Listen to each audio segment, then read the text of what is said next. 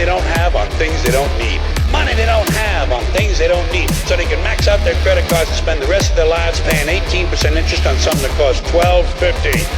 But there's a reason. There's a reason. There's a reason for this. There's a reason education sucks. And it's the same reason that it will never, ever, ever be fixed. It's never going to get any better. Don't look for it. Be happy with what you got. Because the owners of this country don't want that. I'm talking about the real owners now. The real owners, the big wealthy business interests that control things and make all the important decisions. Forget the politicians. The politicians are put there to give you the idea that you have freedom of choice. You don't.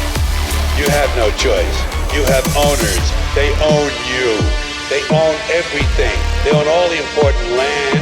They own and control the corporations. They've long since bought and paid for the Senate, the Congress, the state houses, the city halls. They got the judges in their back pocket. And they own all the big media companies, so they control just about all of the news and information you get to hear. They got you by the balls. They spend billions of dollars every year lobbying to get what they want. Well, we know what they want. They want more for themselves and less for everybody else. But I'll tell you what they don't want.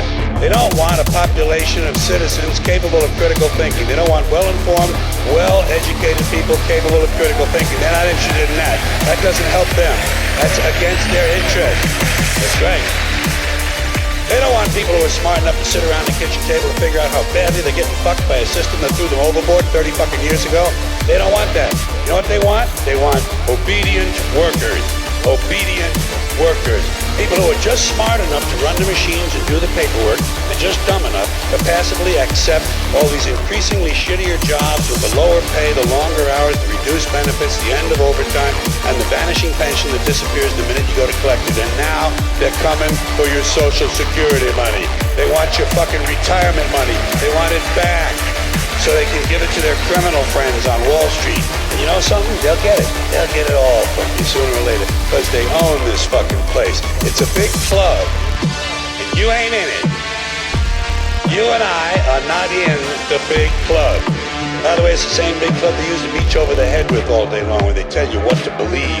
All day long, beating you over the head in their media, telling you what to believe, what to think, and what to buy. The table is tilted, folks. The game is rigged. Nobody seems to notice. Nobody seems to care. Good, honest, hard-working people, white collar, blue collar, doesn't matter what color shirt you have on. Good, honest, hard-working people continue. These are people of modest means. Continue to elect these rich cocksuckers who don't give a fuck about them. They don't give a fuck about you. They don't give a fuck about you. They don't care about you.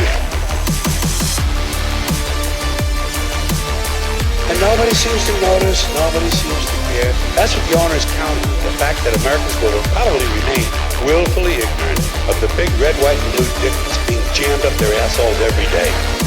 Because the owners of this country know the truth. It's called the American dream, but you have to be asleep to believe it.